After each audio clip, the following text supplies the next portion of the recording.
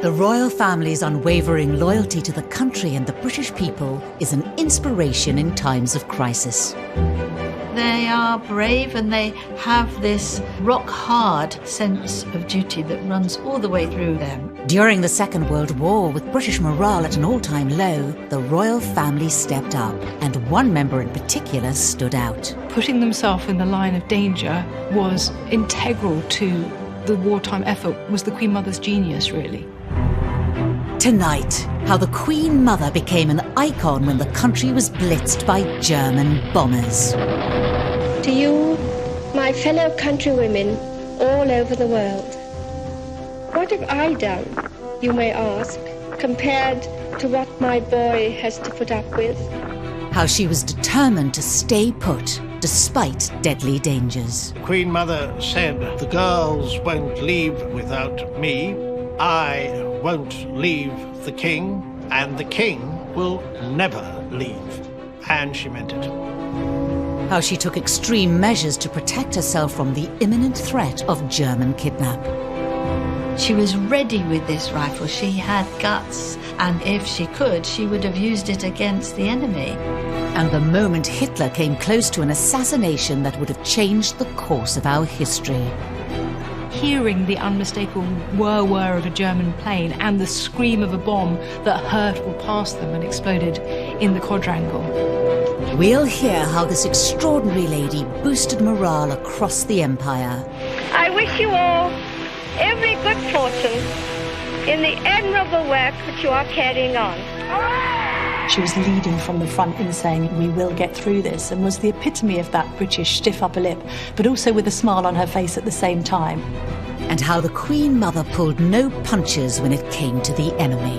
She made sure that everybody knew that she was practicing killing Germans by killing rats.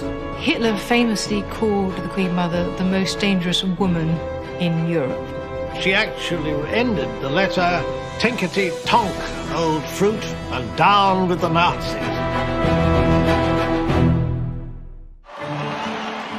The royal family are figureheads for the morale of the nation, through good times and bad. A crisis is really when the monarch has to earn his or her bread and butter. Because it's all very well waving and smiling, but when the country has got real problems, that's when we really expect to see our king or queen. They are brave and they have this rock-hard sense of duty that runs all the way through them. Our Queen witnessed her first national crisis at the outbreak of the Second World War when she was just 14. But all eyes at that time were on her father, King George VI, and her mother, then Queen Elizabeth, now widely known as the Queen Mother. Elizabeth Angela Marguerite Bowes-Lyon was born in 1900. A lady at the age of 4, she was homeschooled and fluent in French by the time she was 10. Well, my understanding is that Elizabeth was always a very bubbly, buoyant, bright, naughty, mischievous child and adult. She was very charming, she was very intelligent, and she was extremely determined. She was one of the most determined people you could ever hope to meet. She had a kind of carpe diem attitude to life. She talked about how terrible it would be if you'd gone through your whole life not doing the things you weren't supposed to do. So you hadn't smoked, you hadn't drunk, and then the next day you were run over by a big red bus. So what should you be doing now to make the most of the opportunity?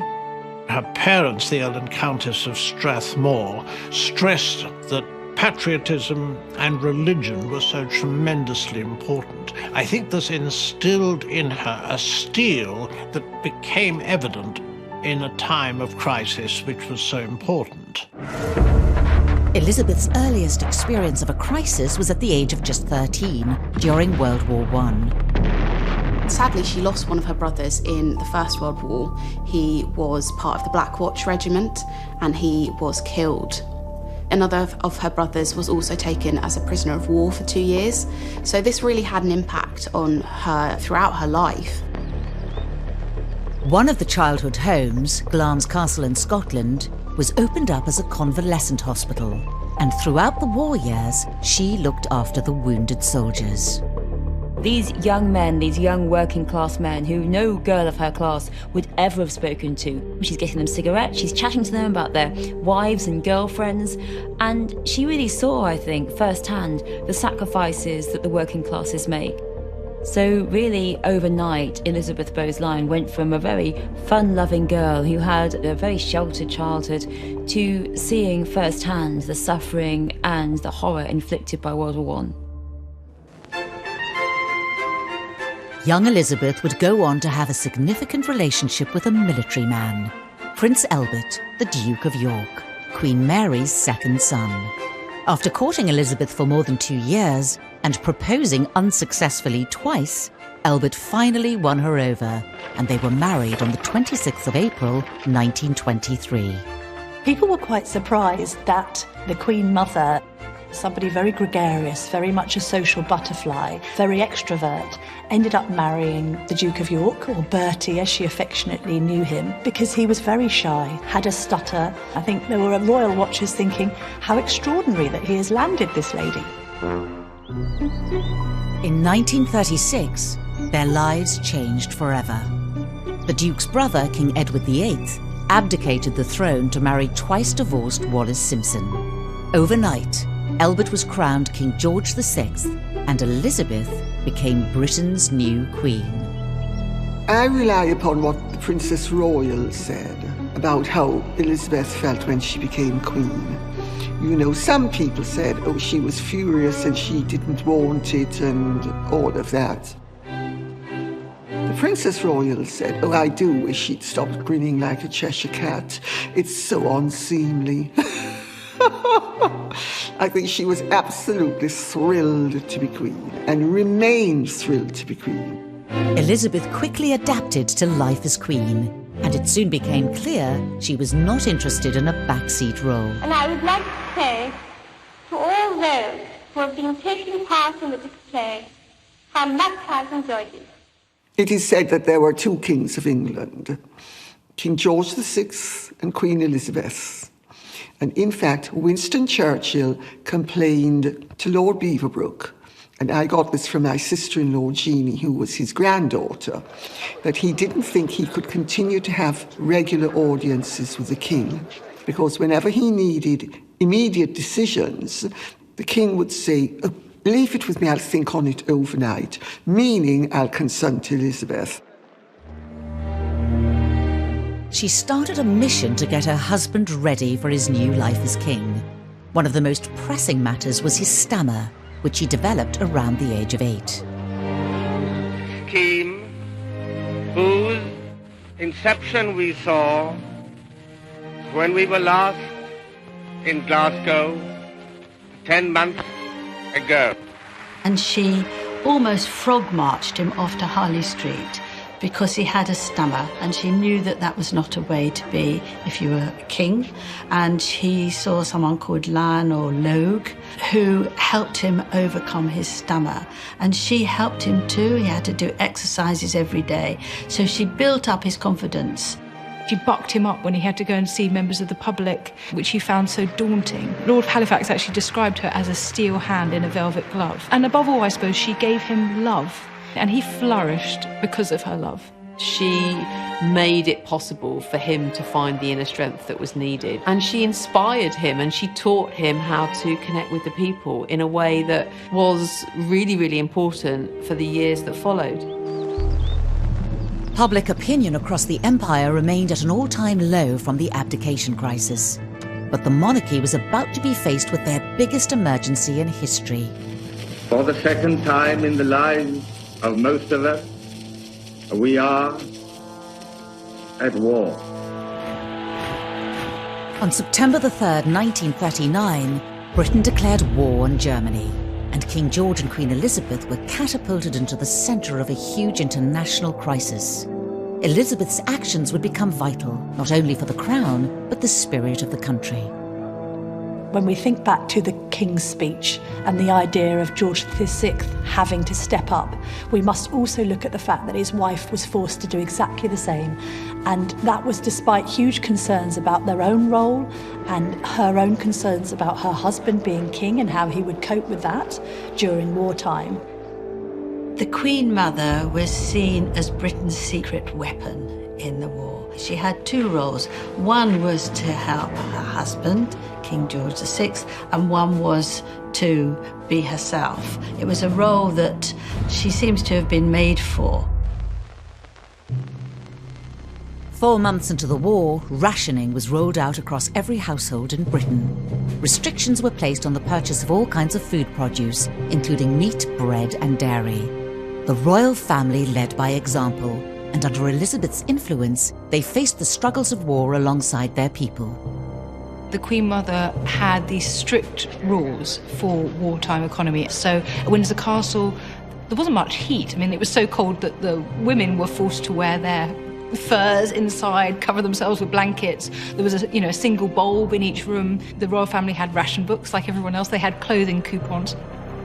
One very touching story is that there were national appeals for aluminium because it was needed to make the planes, and the Queen Mother encouraged her daughters, Elizabeth and Margaret, to give up their saucepans that they had in their Wendy house. The Queen felt very strongly that she had to show they were all in there together.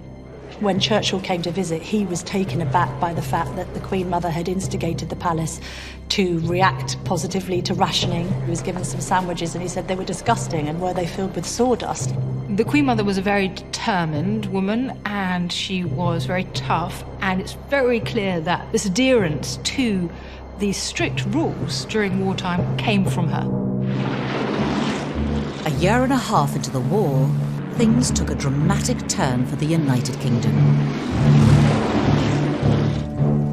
The 7th of September 1940, the Luftwaffe attacked London, leaving 430 dead, a day that would become known as Black Saturday. The Battle of London, which began with strong forces of Nazi bombers attacking the capital at night, led to a big fire on the waterside early in the onslaught.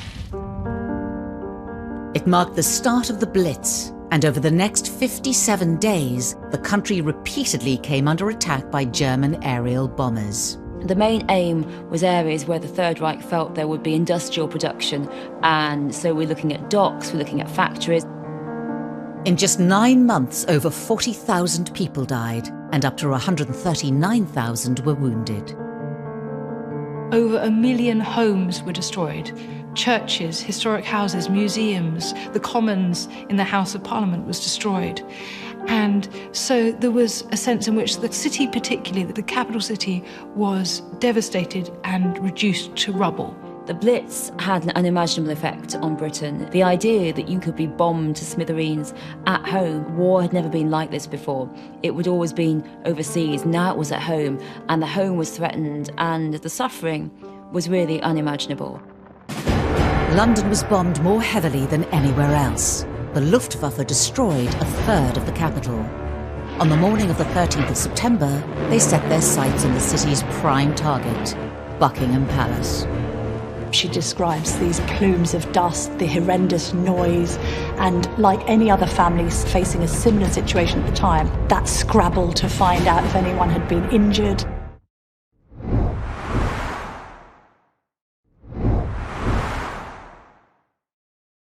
Historically, it was the king's duty to fight on the front lines of war.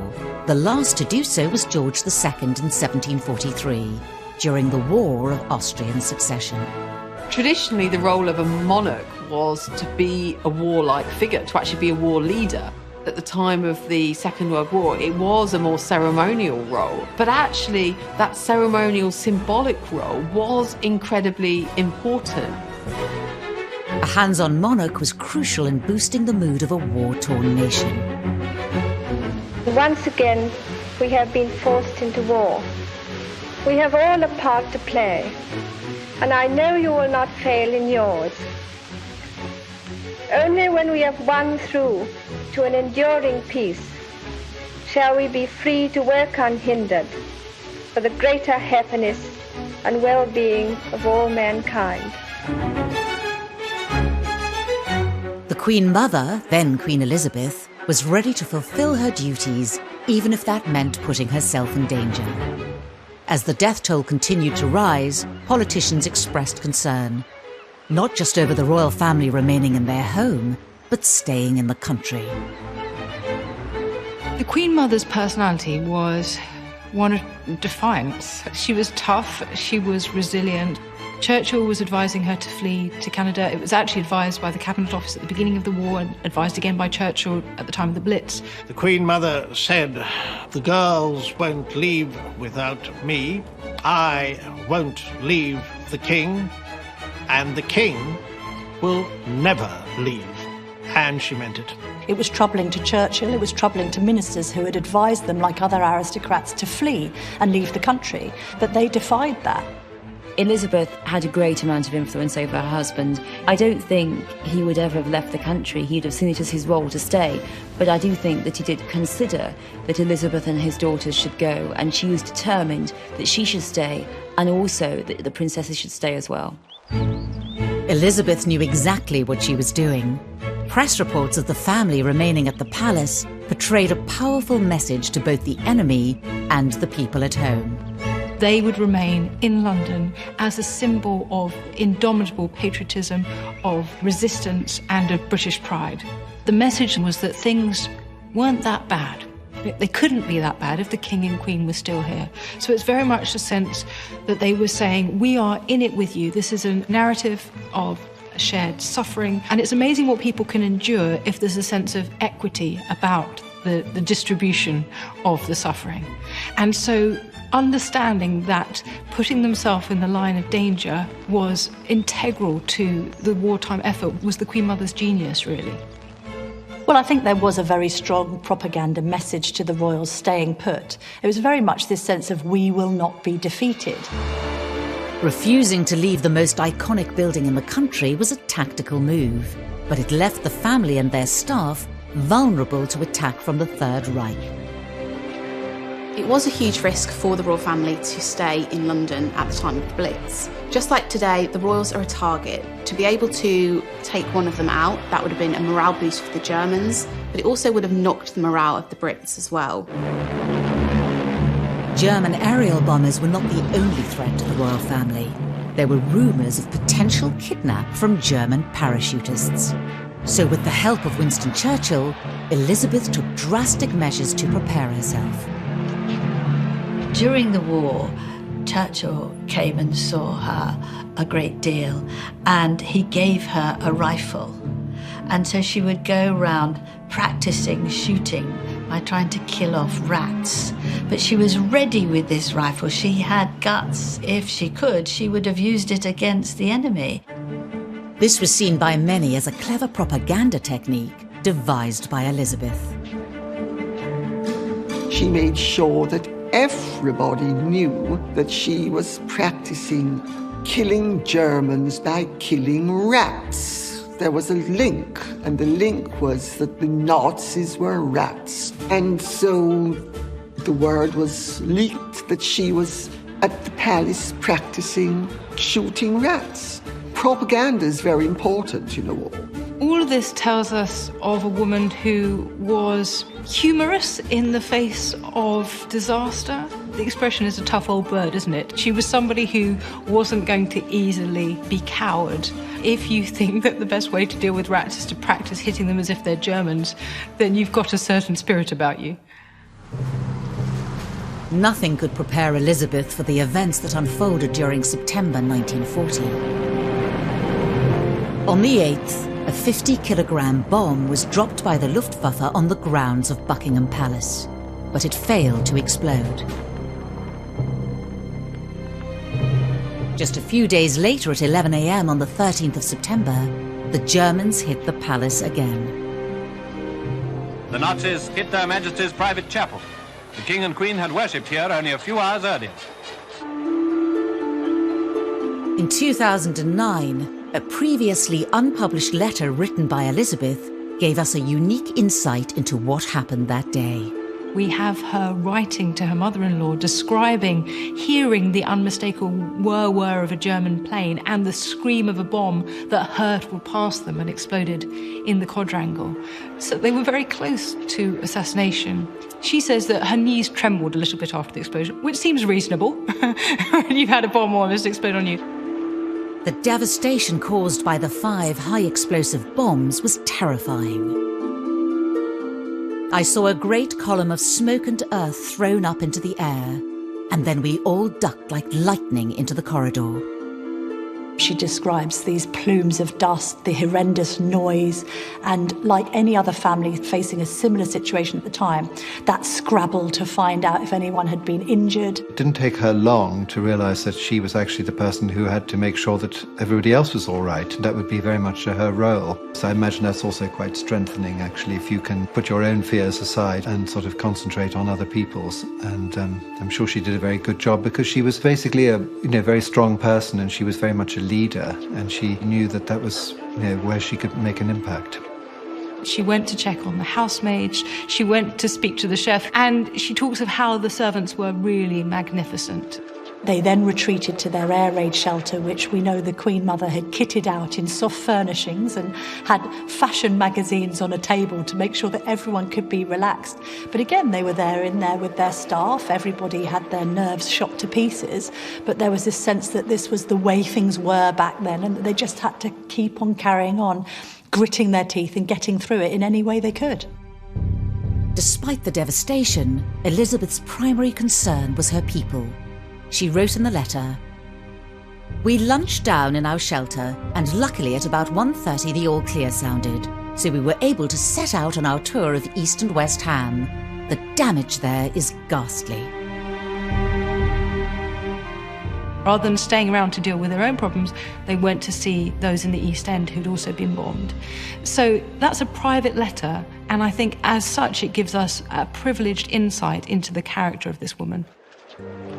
The letter also gave a touching and personal description of how Elizabeth was feeling at the time. It does affect me seeing this terrible and senseless destruction. I think that really I mind it much more than being bombed myself.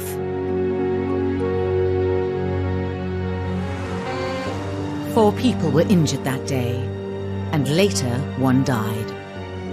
The King and Queen had been lucky to walk away unharmed.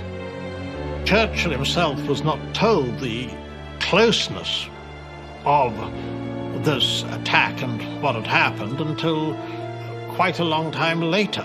She wasn't intimidated, she wasn't scared, so I really think that showed. Although keep calm and carry on was never used as a war slogan, the Queen Mother, I think, was the epitome of it. Her spirit is summed up by the way she said, "Dear old BP," meaning Buckingham Palace, "is still standing." And to a cousin, she actually ended the letter, "Tinkety-tonk, old fruit, and down with the Nazis." The bombing was a pivotal moment in the royal family's relationship with the public. Hitler had actually brought them closer together. I think from the Nazi high command that if they bombed Buckingham Palace, it would create press images of this destitute sovereign, the bombed out palace, and it would lead to despair among the British people. And exactly the opposite happened. 40 reporters were invited to view the damage. All civilized people give thanks that their majesties have escaped the Nazis' barbarous attacks. The Sunday graphic newspaper detailed how that day resonated with so many people. For the second time, a German bomber has tried to bring death and destruction to the home of their majesties. When this war is over, the common danger which King George and Queen Elizabeth have shared with their people will be a cherished memory and an inspiration through the years. The message that was coming out of that was, this beast in Berlin who has tried to assassinate our beloved sovereign, we can't let them get away with this. And there was a sense of pulling together. So immediately it actually served to do the opposite to what the Germans had thought and became this extraordinary PR opportunity. Still in London, in London, in London, like Mr. Jones and Mr. Brown, the King is still in town.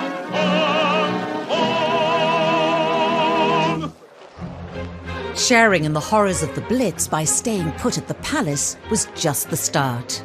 Elizabeth forged herself a new role and became an inspiration on the streets of war-torn Britain. There were times when the Queen Mother was putting her arm around people, physically comforting them through this horrific time. She was by her husband's side, but really was hugely influential, and it was almost more her than him that became the figurehead at this time of great national crisis.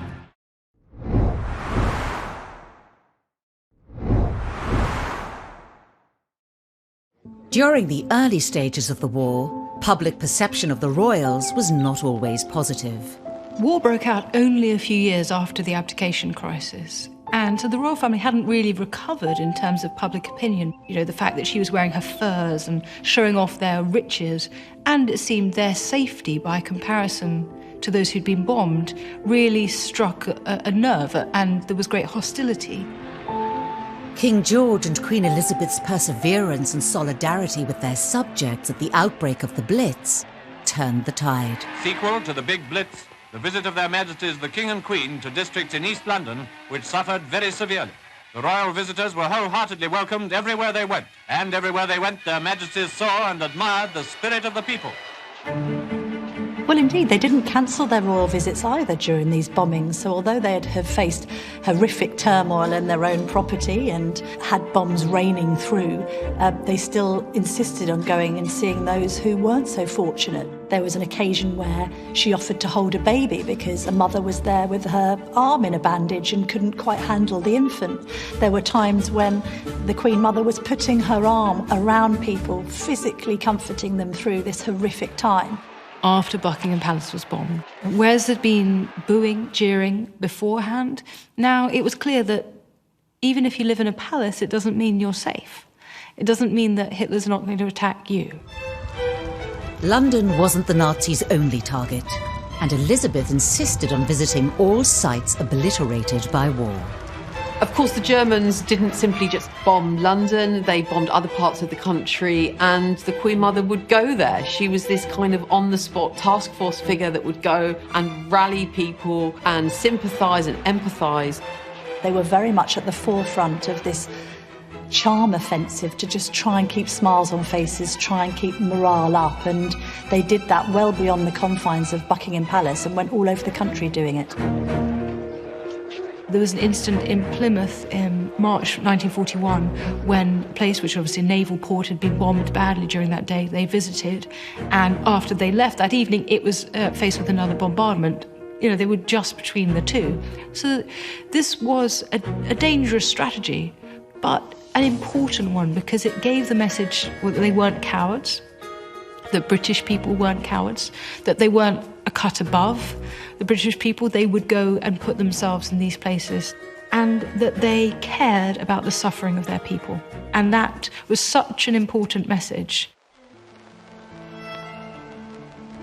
On the 14th of November 1940, Coventry City Cathedral was struck by 30,000 explosives, killing around 600 people. The city, having been mercilessly bombed throughout a whole night without regard to military targets, now presents a grim appearance of devastation. Again, without hesitation, Elizabeth defied the Nazi threat by standing shoulder to shoulder with the British people. She understood the fear, the devastation of the Blitz, and she would once again go out, visit people. It absolutely exemplified all that was the best of London, indeed the whole country, at this time of crisis. Many, many hundreds of people were killed. She went there, and there was this sort of outpouring of affection for her. The national anthem was sung by hundreds of people, but it was this reaffirmation of those bonds between monarch and people. She was by her husband's side, but really was hugely influential, and it was almost more her than him that became the figurehead at this time of great national crisis. As a significant part of the monarchy, Elizabeth played a pivotal role supporting the nation in a time of crisis. I think she was determined to do everything in her power to help this country. I mean, obviously she couldn't go and fight, but she could be there to boost morale. Our own Queen Elizabeth has found time, amidst a host of other royal war duties, to institute a sewing bee in Buckingham Palace. Part of, I think, the Queen Mother's psyche of getting through the war was trying to maintain as normal a life as possible. This sense constantly that she would not let the Nazis defeat her didn't just mean in that sense of kowtowing to bombing raids over Buckingham Palace, but equally not to stop her and fellow Britons in their traditional way of life. Elizabeth found many ways of instilling positivity in troubled times. It wasn't just through visits to bombed-out areas. Due to the closure of music halls, theatres and other cultural venues, she kept spirits up through public appearances. She went to concerts at the National Gallery. The pianist Myra Hess had organised these daytime concerts, and the Queen Mother said that these were some of her happiest hours in these dark times. And she was also concerned about keeping other people's spirits up. On one occasion, the Queen Mother actually even wrote out a poem for Churchill and had it sent round to Downing Street. He was had a very romantic sort of nature, really, and so to be supported, by some stirring words from the Queen at this point was very important to him. And boosting things for him, as to keep him going, was very important, and that's one of the key roles that the King and Queen had during that time. While the King focused on how the war was unfolding overseas, Elizabeth kept her focus closer to home and spoke directly to those left in Britain. Well, the Queen Mother was in a great position to give speeches to women and children. If you imagine that the King was in lockstep with Winston Churchill trying to give the more alpha message about the war effort and how things were going on the Western Front. A sense that the Queen's responsibility was to try and keep things calm and settled on the home front. World War II was a significant moment in the changing roles of women, that women took on new roles. They were in factories, they are out there working, they're working in the transport, they're working in shops, and even if they're not working, they are at home with full responsibility for the family because the men's are away. Financial decisions, they have to take them. Elizabeth did these motivational speeches throughout the war, speaking to women and children about what they were suffering, what they were going through, supporting the war effort, supporting their men. On the 13th of October 1940, the Queen Mother gave a speech supporting the women of Britain. To you, my fellow countrywomen all over the world, what have I done, you may ask, compared to what my boy has to put up with? Dodging submarines in the Atlantic or chasing Rommel across Africa. She was basically saying to them, we're all in this together, and I'm acknowledging that you're having a hard time. And she made it plain to people that she was sharing their hard time. In your different spheres, you have done all that he has done, and endured all that he has endured. It wasn't just through her words that Elizabeth inspired others. She also joined the military services. The Queen Mother became the Commandant-in-Chief of a number of services like the Auxiliary Territorial Service, the Women's Auxiliary Air Force, the Royal Naval Service, the Women's Royal Naval Service. So much of the communications from the royal family during the war was intended to say, we are like you. I'm joining up to these things in support of the men, just as you are doing.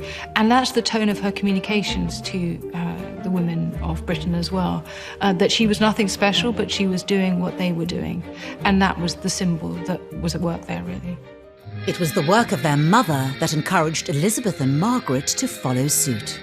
Princess Elizabeth, now a second subaltern in the ATS, has been on a 3-week course of instruction. In the classroom, she pores over a map, sharing it with a sergeant, Patricia Young of Fleet, Hampshire.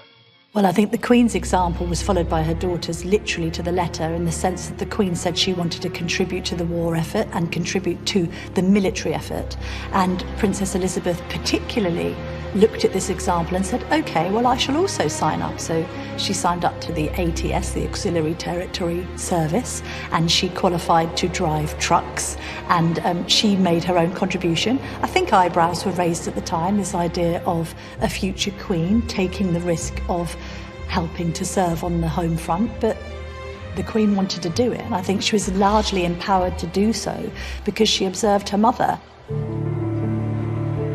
The reputation of the monarchy was now on the rise, thanks to their contribution during the darkest days of war. And as the British public warmed to the royals, the enemy's opinion of them began to change as well. This idea that she was rallying the troops and those at home, having a huge effect on morale, a positive effect on morale, at the very time the Nazis were trying to reduce it. Hitler famously called the Queen Mother the most dangerous woman in Europe. And that gives you some indication of how he perceived her inspiring popularity to be a real threat.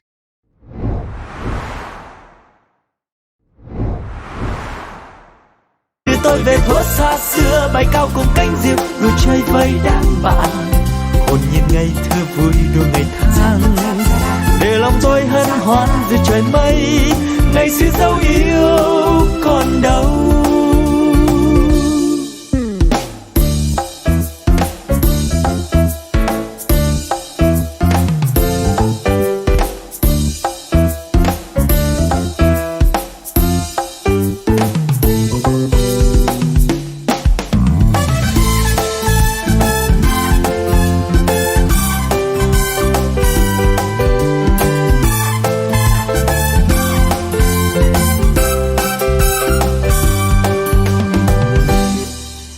Ngày xưa tôi thả những cánh diều dây, lướt trên bầu trời phiêu du cùng áng mây, hòa trong gió tiếng sáo vang từ đâu, diều bay vút cao. Britain's beloved monarchs were again demonstrating a human sympathy for their subjects, whose courage has never yet been shaken. The Blitz spirit was a rare moment of hope to emerge from the ruins of heavily bombed London during World War II. The British people were brought closer together through the common goal of surviving the war, and the then Queen Elizabeth, now known as the Queen Mother, nurtured the solidarity. The Queen Mother was a key part of Blitz spirit. She really felt that it was her job to give hope. It was her job to go and see people and say, it will be better.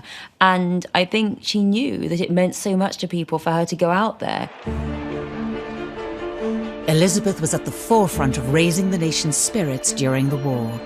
But in the dark days of the Blitz, would even her best efforts have an impact? Well, I think the Blitz spirit and this idea of keep calm and carry on is very much exemplified in the Queen Mother. That sense of putting duty first, of being visible, of trying to connect with the public, because you are a figurehead on one hand, but also taking this role as mother of the nation.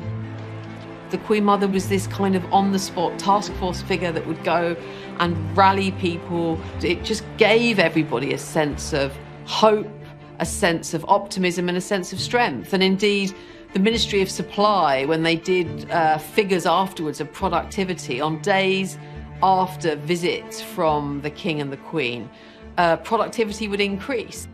I wish you all every good fortune in the admirable work that you are carrying on.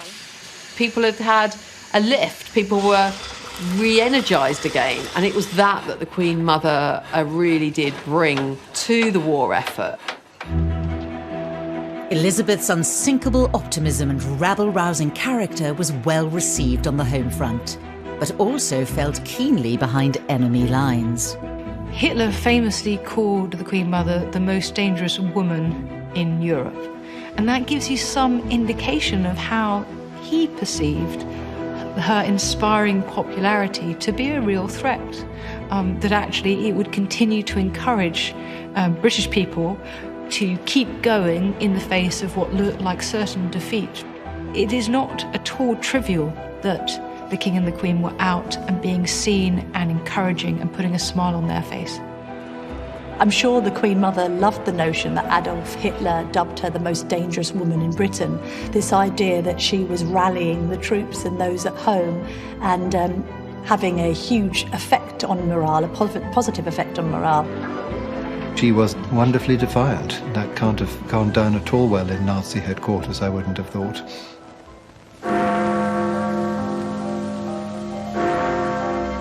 On the 11th of May 1941, the Blitz came to an end. 4 years later, at 6 p.m. on the 8th of May 1945, Germany surrendered unconditionally. The king broadcast to the nation that the war in Europe was finally over. Germany, the enemy who drove all Europe into war, has been finally overcome. The Queen and I know of the ordeals which you have endured. We are proud to have shared some of them with you. So VE Day, Victory in Europe Day, was huge. The end of the war. But you've got huge, jubilant crowds gathering, people jumping in the fountains in Trafalgar Square. You've got people dancing in the streets.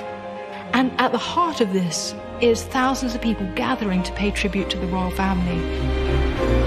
The royal family were at the heart of the nation's celebrations. The King and Queen had been at the heart of the war effort, and that was displayed in the appearances.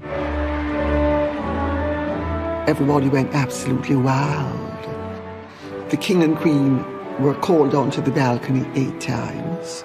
They were there sometimes with their daughters, sometimes with Sir Winston Churchill. People went crazy. It was the most wonderful, wonderful day. The average Briton were calling for the King and Queen because they had absolutely perfectly embodied the spirit of the nation.